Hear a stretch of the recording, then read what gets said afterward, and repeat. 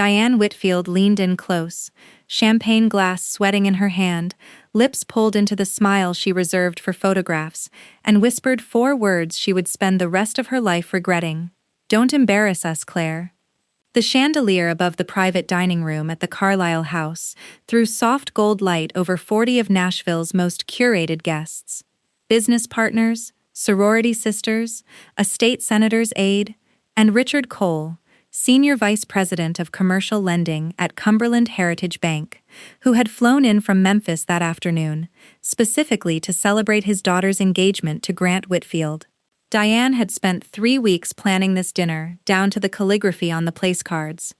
She had not planned for what was folded inside the navy blue portfolio, sitting unnoticed beside her daughter's water glass. Claire didn't answer her mother. She simply reached for her water, took a slow sip, and set the glass back down with the quiet precision of someone who had rehearsed this exact motion in her head for 11 months. 2 tables away, Richard Cole was mid-sentence, telling a story about a fishing trip to a man Claire didn't recognize. He had no idea that in about 4 minutes, his bank's $42 million restaurant expansion loan was going to become the least stable thing in the room. He had no idea that the woman his future son-in-law's mother had just told to keep her mouth shut had spent the last year building a case so airtight that 3 separate institutions were already waiting on her signal. Diane thought she was protecting an image. She had no idea she was standing 2 feet from a detonator. Claire rose from her seat, tapped her butter knife twice against her wine glass, the universal signal for a toast, and the room quieted the way rooms do when they expect something warm. "I'd like to say a few words about my brother," Claire said, and smiled the same practiced smile her mother had just aimed at her. "About what Grant built, and about how he built it. Before we get into how this story ends, I want to know something. Where are you watching this from right now? Drop your city in the comments, and tell me, have you ever had a moment like this, where you had to sit at a table with people who wronged you and smile like nothing was wrong? I want to hear it.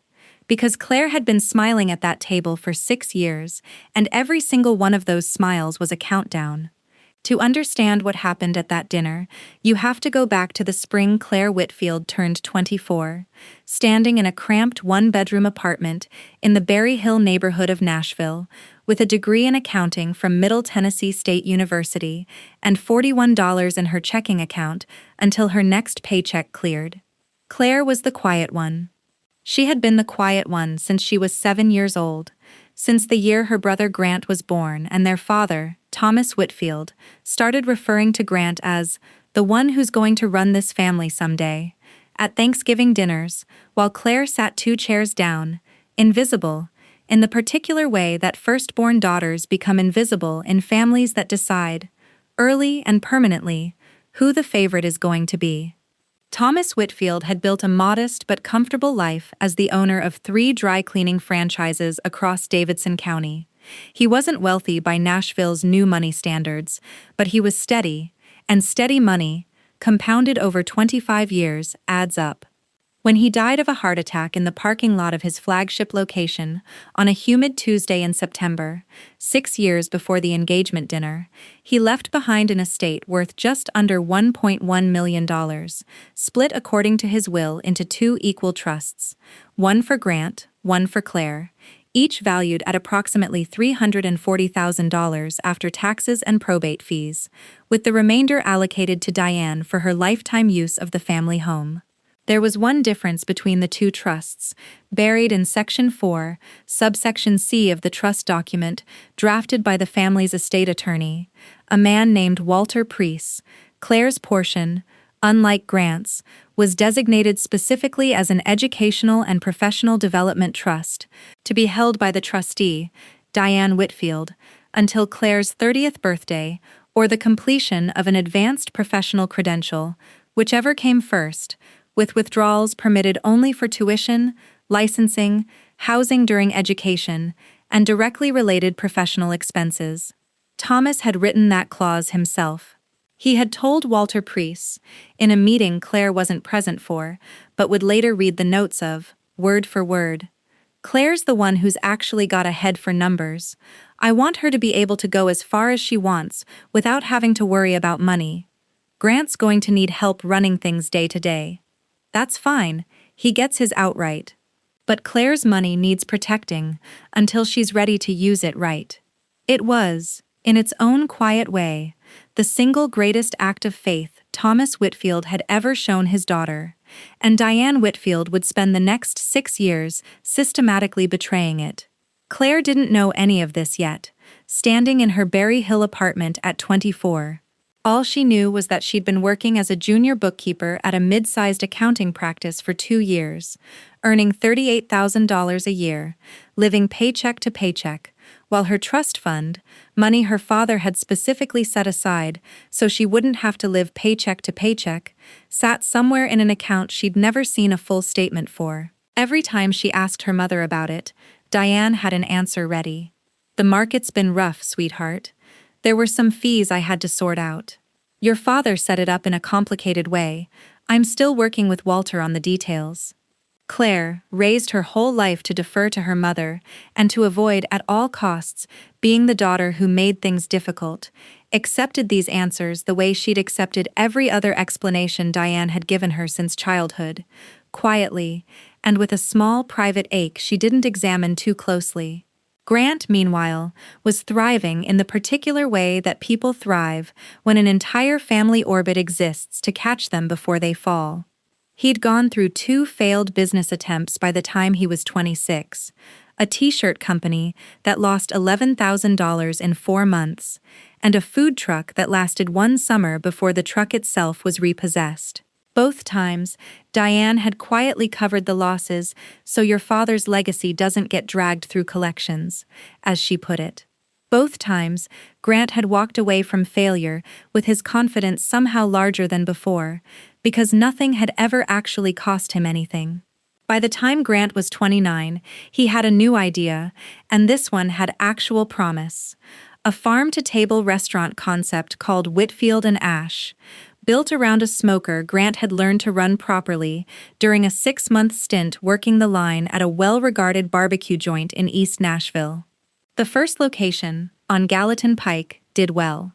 Well enough that within 18 months, Grant and his business partner, a line cook turned co-owner named Marcus Deal, were talking about a second location, then a third, then a regional expansion plan with private investors, and, eventually, a commercial loan. That was the plan that needed $42 million. That was the plan that needed a bank. And that was the plan that needed Diane Whitfield to do something she had never told a single person she had done. Not her attorney, not her son, not her daughter, and certainly not the loan officer who would eventually approve it. Claire found out by accident, the way most people find out about things that will change the entire trajectory of their lives, quietly, on an ordinary Tuesday, doing something completely unrelated to the discovery itself. She was 26, 2 years into a new job at Bellwood Forensic Partners, a boutique forensic accounting firm in Nashville that specialized in financial investigations, fraud audits, litigation support, and forensic reconstruction of financial records for court cases. Claire had taken the job specifically because something about the discipline appealed to her in a way she didn't fully articulate to herself at the time. The idea that numbers don't lie, that a trail of transactions tells the truth even when the people involved don't.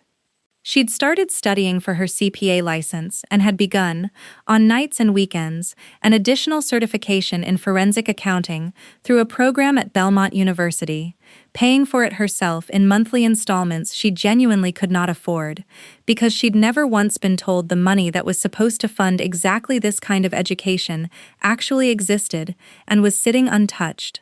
The accident happened on a Tuesday afternoon in March, when Claire needed her Social Security number verified for a background check tied to a new client engagement, and the firm's HR coordinator asked her to bring in a copy of a recent tax document to confirm her identity for the file.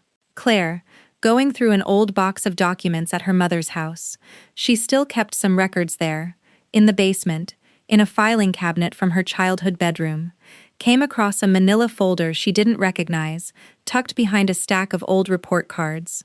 Inside was a single sheet of paper, a quarterly trust account statement from Cumberland Heritage Bank, trust account #4471, beneficiary, Claire Elizabeth Whitfield, trustee, Diane M. Whitfield. The balance listed was $61,204.17. Claire sat on the concrete basement floor and read that number 4 times. Her father's will, a copy of which she'd finally requested and received from Walter Preece's office 2 years earlier, after her mother kept forgetting to send it, stated clearly that Claire's educational trust had been funded at $340,000 at the time of her father's death, 6 years prior. Even accounting for modest management fees and a poor investment year, there was no reasonable universe in which $340,000 had shrunk to $61,204 through market performance alone. Claire had spent 2 years working in forensic finance. She knew, with the cold clarity of someone whose entire profession was built around recognizing exactly this pattern, that she was looking at the tail end of something that had been happening for a long time. After what you just heard, Diane Whitfield had done to her own daughter, on a scale of 1 to 10, how angry are you right now? Drop your number in the comments. Because Claire Whitfield was about to become a lot angrier than any of you, and she was going to do something about it that would make every bit of that anger worth the wait. Claire didn't confront her mother that day. She didn't confront her for a year and a half. This is the part of the story most people, hearing it secondhand, don't understand. Why she waited. Why she sat on evidence of what was clearly financial misconduct against her for so long without saying a word. But Claire understood something about her mother, and about Grant, and about the shape of her family, that made silence the only rational first move. If she confronted Diane with a single bank statement, Diane would have 18 months, or 18 days, to explain it away, to produce a story, to reframe 6 years of missing money as some innocent misunderstanding that Claire, difficult and ungrateful Claire, was blowing out of proportion. Claire had watched her mother do this exact maneuver her entire life. She wasn't going to hand Diane the ammunition of an early warning. So instead, Claire did something that would become the actual foundation of everything that followed. She started building a file. It began small. She requested, through entirely legal means available to any beneficiary of a trust in the state of Tennessee, a formal accounting of trust account #4471 from Cumberland Heritage Bank, citing her rights under the Tennessee Uniform Trust Code, Section 35-15-813, which entitles a trust beneficiary to an annual report of trust property, liabilities, and transactions. The bank, legally obligated to comply, sent her a packet 6 weeks later, 3 years of transaction history, heavily summarized, but enough to establish a pattern. What Claire found, reading those statements at her kitchen table with a legal pad and a highlighter, over the course of 4 consecutive nights in April, was this. Beginning roughly 5 years earlier, in the months following Grant's first failed t-shirt business, a series of withdrawals had been made from trust account #4471, not large dramatic thefts, but a slow, deliberate bleed. $8,000 in June, $12,500 in September, $6,000 in December. Each withdrawal was tagged internally with a code the bank used for trustee-authorized distribution, beneficiary education expense, the exact category the trust was legally restricted to. Except Claire had never received a dime of it.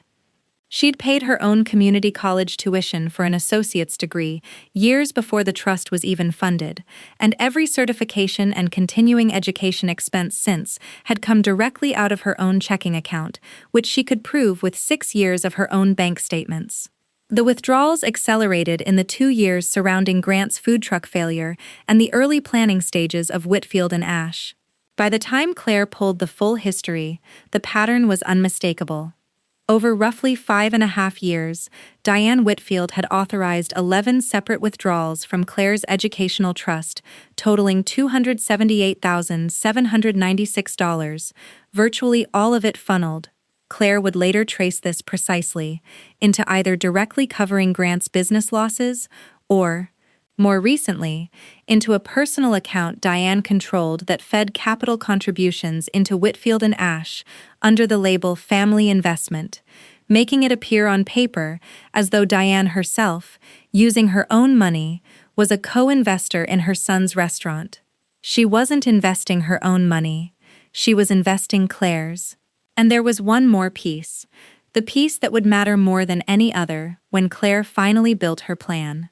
Several of the withdrawal authorization forms Cumberland Heritage Bank had on file required, per the trust's own terms, a secondary signature from the beneficiary once she reached the age of 25, confirming her awareness and consent to any distribution. Claire had never signed a single one of those forms, but sitting in the packet from the bank, plain as day, was a signature on 4 separate authorization documents dated over the previous 18 months, reading Claire E. Whitfield, in handwriting that was almost, close enough to pass a glance. It wasn't Claire's signature. Claire knew her own signature. And more importantly, as a forensic accountant, Claire knew exactly how to prove, in a way that would hold up anywhere it needed to, that it wasn't. That was the moment, reading those 4 forged signatures at her kitchen table at 11:30 at night, coffee gone cold beside her legal pad, that something in Claire Whitfield went quiet in a new way. Not the old quiet, the quiet of a daughter who didn't want to make waves. This was a different kind of quiet. The kind that comes right before someone stops reacting to their life and starts directing it. Claire had just crossed a line in her own mind that night, and there was no going back from it. Have you ever had that moment yourself? The moment you stopped being the person who absorbed what was done to you and started being the person who planned what came next? Tell me about it in the comments, because that's exactly where this story is about to go. Claire spent the next 11 months building what she would eventually refer to, only ever privately, as the file. She did not tell Grant. She did not tell her mother. She did not tell her boyfriend at the time, a well-meaning, but conflict-averse man named Josh she would quietly break up with 4 months into the process, in part because she couldn't explain why she'd become so distracted, and in part because some part of her recognized she needed to do this alone, the way she'd done almost everything in her family alone. The plan Claire built had 3 layers, each one designed to be self-sufficient, meaning that even if one layer failed or was discovered prematurely, the other 2 would still function. This was something she'd learned, studying actual forensic fraud cases at Bellwood.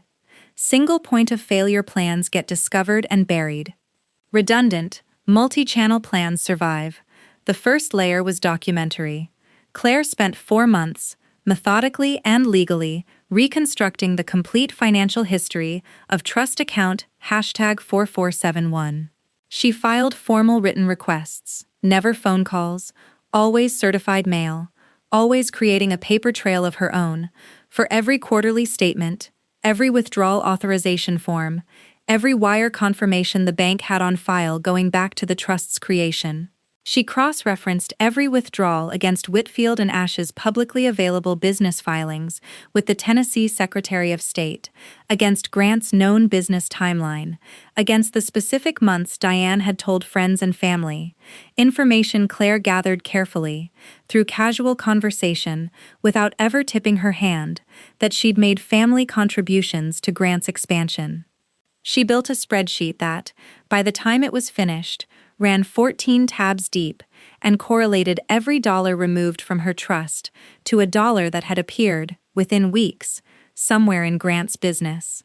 It was, in the language of her profession, a textbook misappropriation trace, the kind of document forensic accountants build for courtrooms. The second layer was authentication. Claire needed to prove, beyond any reasonable dispute, that the signatures on those 4 withdrawal authorization forms weren't hers. She couldn't use her position at Bellwood directly. Using firm resources for a personal matter would have violated professional ethics rules and could have jeopardized her license before she even had it. So instead, she did something smarter. She retained, quietly and on her own dime, an independent, court-certified forensic document examiner named Elena Kastner, a woman Claire had crossed paths with professionally on an unrelated litigation matter and trusted for her discretion. Claire paid Elena's modest fee out of her own savings, gave her exemplars of her own genuine signature spanning 10 years, school records, old leases, tax filings, and the 4 disputed signatures from the bank's own file. 6 weeks later, Elena delivered a formal, notarized examiner's report concluding, with a stated confidence level appropriate for legal proceedings, that the 4 signatures were not produced by the same hand as the genuine exemplars, exhibiting inconsistent pen pressure, incorrect letter formation in the capital W, and a rhythm inconsistent with natural signing.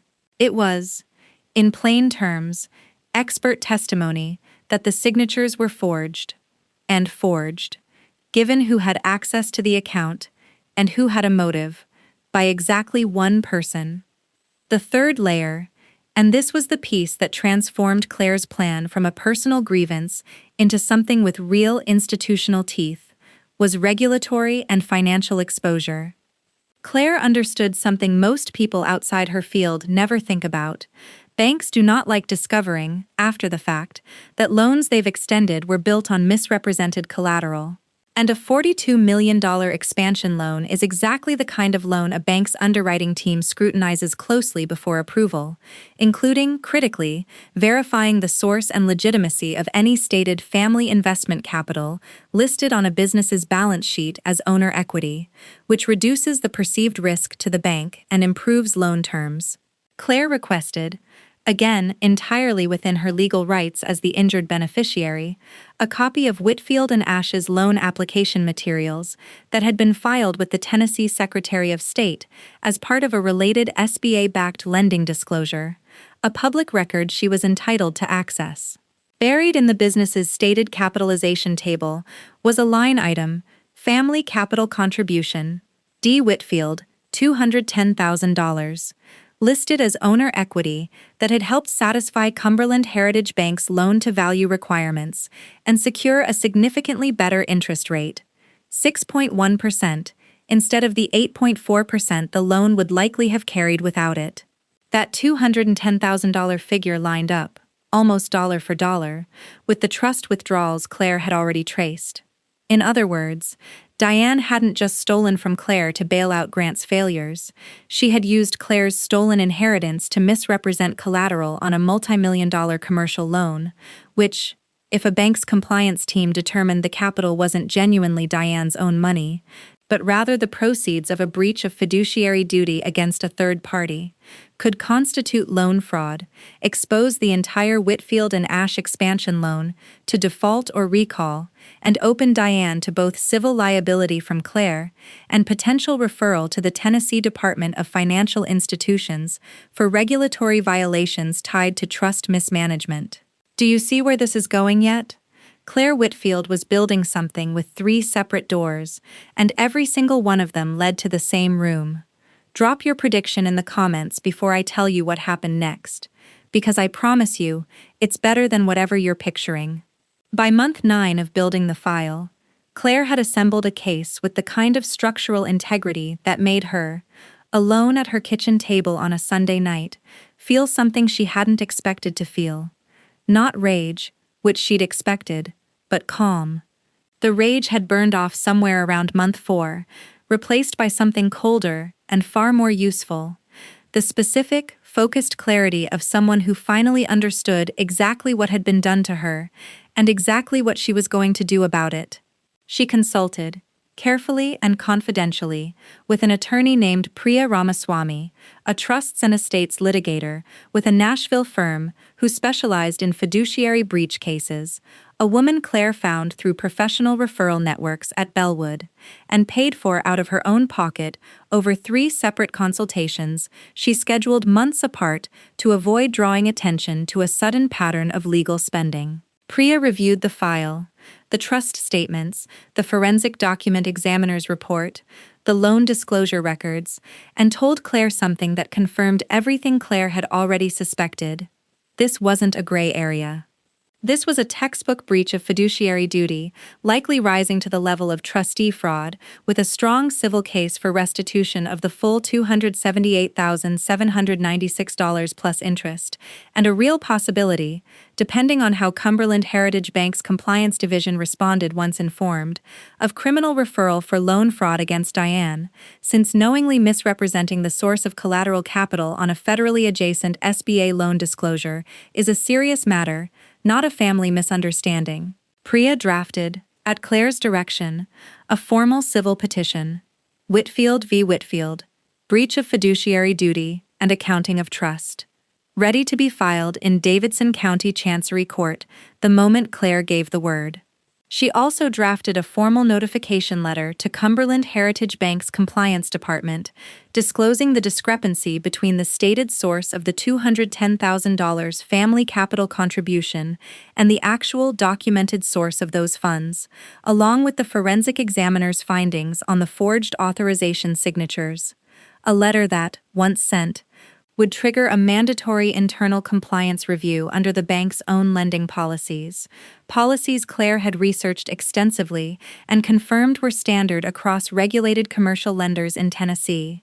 Everything was ready by early spring. The petition was drafted. The bank notification letter was drafted. The forensic report was notarized and sitting in a locked drawer at Priya's office. All Claire needed was the right moment.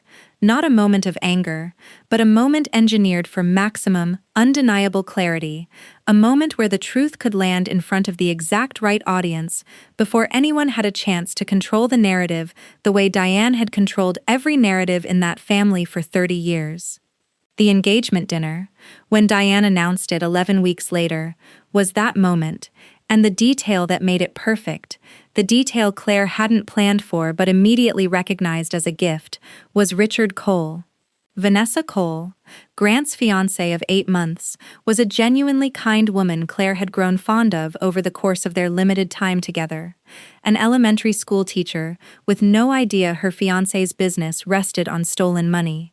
Her father, Richard Cole, was a senior vice president in commercial lending, not, as it happened, at Cumberland Heritage Bank itself, but at a regional competitor, First Cumberland Trust, a fact Diane either didn't know or didn't think mattered, because Diane had never once, in 6 years, imagined that anyone at that table might actually understand what a falsified capital contribution line item on a loan disclosure meant. Richard Cole understood immediately. Richard Cole had built his entire career around understanding exactly that. Claire didn't need Richard Cole to fix anything. Her plan didn't depend on him. But she recognized, when Vanessa mentioned her father's profession in an offhand comment months earlier, that his presence at the dinner would mean the room contained someone who would grasp the full weight of what she was about to say in real time, without explanation. Someone whose reaction alone would communicate to every other guest exactly how serious this was, faster than any speech Claire could give. The dinner was set for a Friday evening in late May, at a private room in the Carlisle House on Nashville's west side, 3 weeks after Grant proposed. Diane, characteristically, had spent the intervening weeks more concerned with the seating chart and the flower arrangements than with anything resembling her daughter's well-being, which Claire noted, quietly, as one more confirmation that she was doing the right thing. 2 days before the dinner, Claire finalized the last piece. She asked Priya to have both documents, the civil petition and the bank compliance letter, ready to file and send respectively the following business day, time to go out within hours of the dinner, so that by the time anyone at that table woke up Saturday morning, the wheels would already be turning through official channels, immune to any private conversation, any apology, any attempt at containment that Diane might try to orchestrate that same night.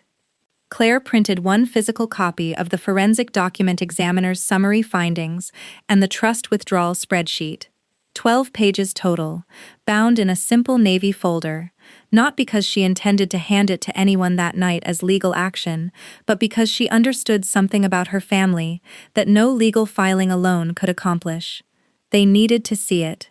They needed the moment to be real, physical, undeniable, delivered by her own voice, in front of the people whose opinions Diane had spent 30 years performing for.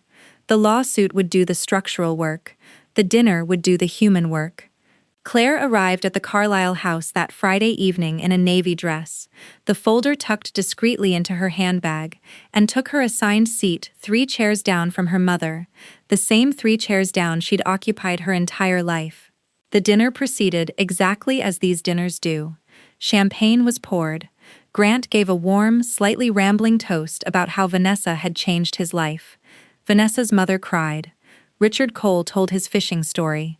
And somewhere between the entree and dessert, Diane leaned toward her daughter, glanced at the navy folder sitting a little too visibly beside Claire's water glass, and, misreading the moment entirely, assuming Claire was preparing some petty, embarrassing complaint about being overlooked, some small grievance about not being asked to be a bridesmaid, something Diane could dismiss with a look, whispered the 4 words that would end her control over this family forever.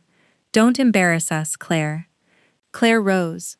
She tapped her glass. The room quieted. "I'd like to say a few words about my brother," she began, and the room settled into the warm, expectant hush of people, ready to hear something sentimental. About what Grant built, and about how he built it. She opened the navy folder. "6 years ago, our father left me a trust, an educational trust, specifically designed so I could build a career without financial strain, the way he built his. Some of you know that our dad believed in me that way. What most of you don't know is that over the past 5.5 years, that trust, $340,000, was drained down to $61,000 through 11 withdrawals authorized by its trustee, my mother." The room did not stay warm. 4 of those withdrawal authorizations bear my signature. I didn't sign them. Claire pulled the top page from the folder. The forensic examiner's summary. Formatted plainly, professionally, unmistakably official, and set it on the table in front of her, angled, deliberately, so that Richard Cole, 2 seats down, could read the letterhead. "A certified forensic document examiner has confirmed those signatures aren't mine." Diane's face had gone the particular shade of white that comes right before a person understands they are no longer in control of the room.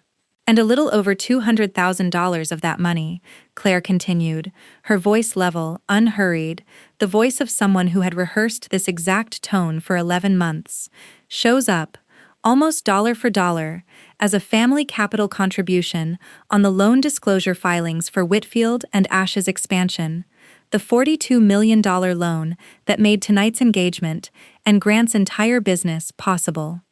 She turned, finally, and looked directly at Richard Cole, whose fork had stopped moving somewhere around the words, "loan disclosure filings." "I understand you work in commercial lending, Mr. Cole. I'd imagine you know exactly what it means when a stated source of collateral capital turns out to be misappropriated trust funds rather than the trustee's own money.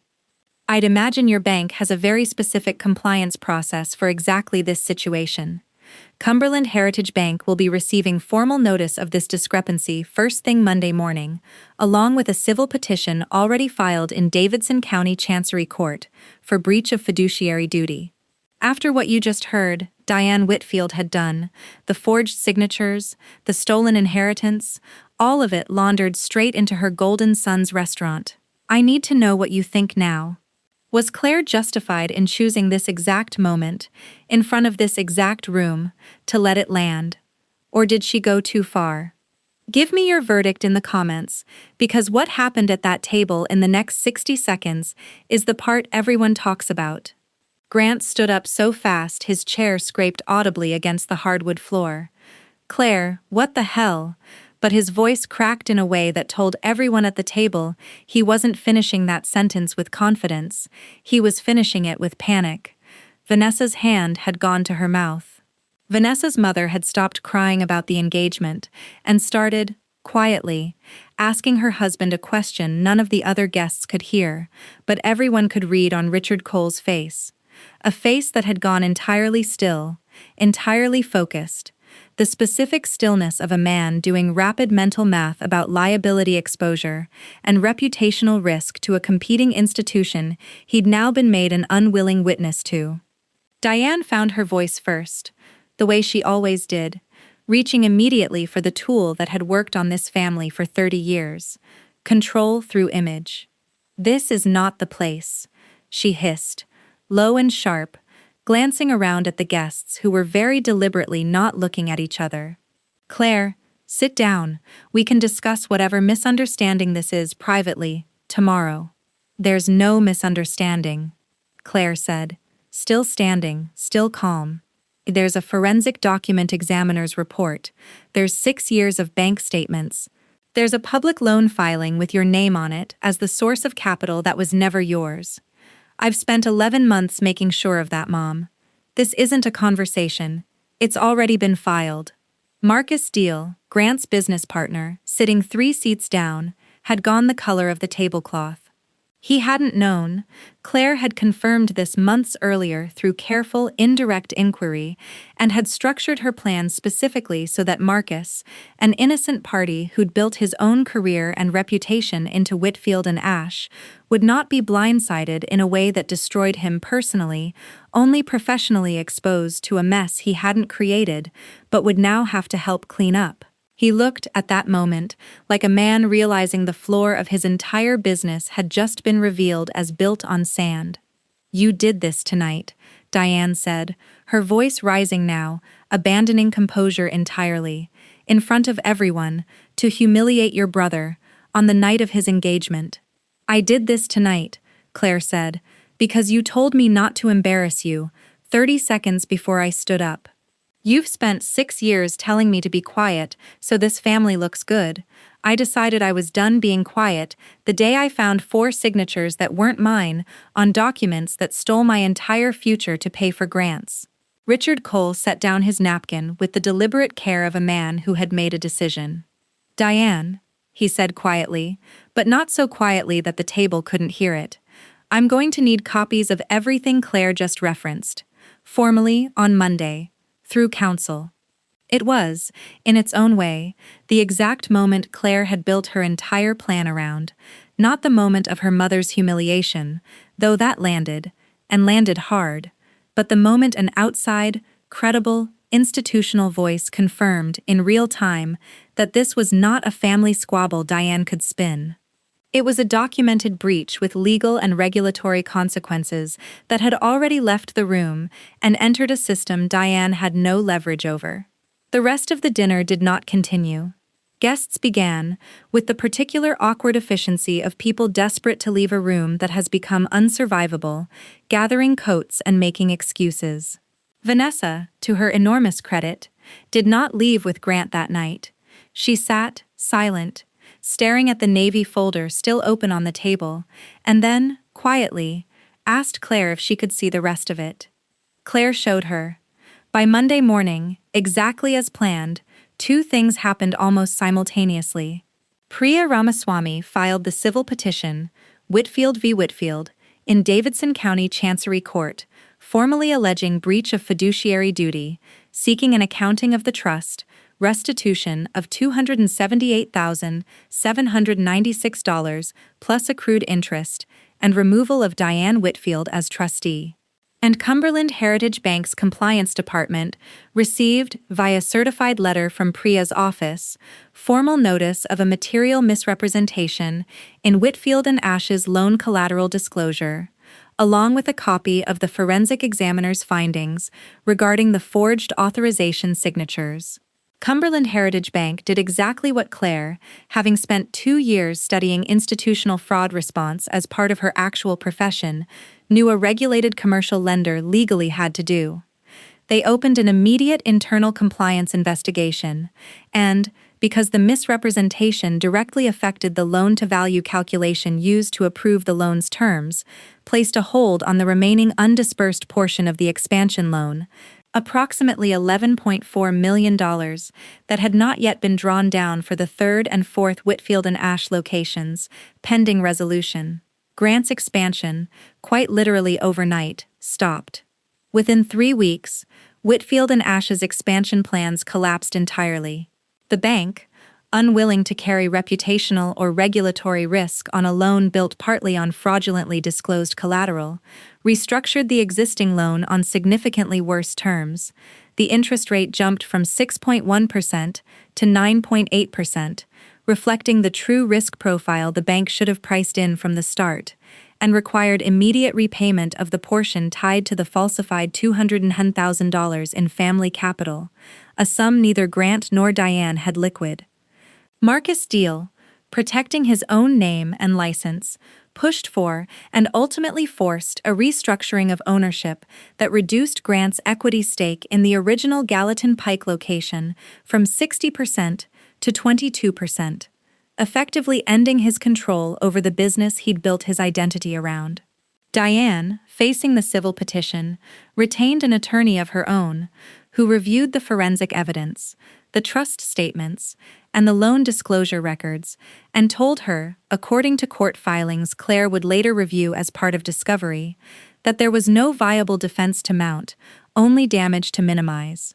Diane settled the civil case 8 weeks later, agreeing to full restitution of $278,796 plus $34,220 in accrued interest, funded through the forced sale of a lake house in Percy Priest that had been in the Whitfield family for 11 years, along with a court-approved removal as trustee and the appointment of an independent professional fiduciary to oversee what remained of the original trust structure until final distribution. The Tennessee Department of Financial Institutions, alerted separately by Cumberland Heritage Bank's mandatory regulatory disclosure of the misrepresented loan collateral, opened its own review. Diane was never criminally charged. The state ultimately determined the matter was more appropriately resolved through the civil settlement and did not rise, in the district attorney's assessment, to a level warranting criminal prosecution given the restitution already achieved. But the finding of misrepresentation was entered into the bank's compliance record permanently, a fact that would follow Diane in any future dealings with regulated lenders in the state. 9 months after the engagement dinner, Grant and Vanessa's wedding was postponed indefinitely, and then, quietly, called off entirely. Vanessa, in a conversation with Claire she would remember for the rest of her life, told her she didn't blame Claire for any of it. She blamed Grant for never once asking where the money for his restaurant had come from, and blamed herself, a little, for not asking sooner either. Claire's own trust, restored to its original balance plus interest under the settlement, plus the independent fiduciary now overseeing it properly, finally allowed her to do the thing her father had intended 6 years earlier. She completed her forensic accounting certification without financial strain, was promoted at Bellwood Forensic Partners to senior forensic examiner 11 months later, and eventually passed her CPA exam on the first attempt, something she'd been too financially stretched and too emotionally exhausted to focus on properly in the years before. She did not speak to her mother for the better part of a year after the settlement. When they eventually did speak again, it was brief. And it was Diane, not Claire, who cried. Not from remorse, Claire suspected, watching her mother's face carefully across a coffee shop table 11 months after the dinner, but from the specific grief of someone who had lost control of a narrative she'd spent 30 years curating and hadn't yet figured out how to grieve anything else. Grant, for his part, took a job managing operations at a restaurant group he didn't own, working for someone else for the first time in his adult life, at a salary considerably smaller than the one he'd once imagined for himself as the owner of a regional chain. Claire didn't take satisfaction in that specifically, she'd expected to, and found, when it actually happened, that the satisfaction she felt was smaller and quieter than she'd anticipated, less about Grant's diminishment and more about the simple fact that the truth, finally, matched reality. Was it worth it? Claire asked herself that question more than once, in the year that followed, usually late at night, usually alone. The family she'd grown up in didn't exist anymore, not in the shape it once had. Holidays were smaller now, quieter, attended by fewer people, conducted with a careful formality that had replaced whatever warmth had once been there, real or performed. She'd lost a version of her family, but she'd also, for the first time in her adult life, stopped losing herself in service of protecting an image that was never hers to protect in the first place. Claire still works at Bellwood Forensic Partners, now leading her own team of junior examiners, several of whom she mentors with a specific, quiet patience she didn't have anyone to give her when she was building her own case alone at a kitchen table, 11 months before an engagement dinner that changed everything. She keeps, in a drawer in her office desk, a single item from that night, the navy folder, empty now, its contents long since filed as evidence, kept because it reminds her of something she believes every person who has ever been told to sit down and stay quiet deserves to understand. You don't have to raise your voice to be heard. Sometimes the loudest thing you can do is speak calmly, holding proof, in a room full of people who assumed you'd never gather any. If you've ever had to sit at a table with people who wronged you and wait, really wait, for months, for years, for the right moment, tell me about it in the comments below. I want to hear how long you waited, and I want to hear what happened when you finally stopped.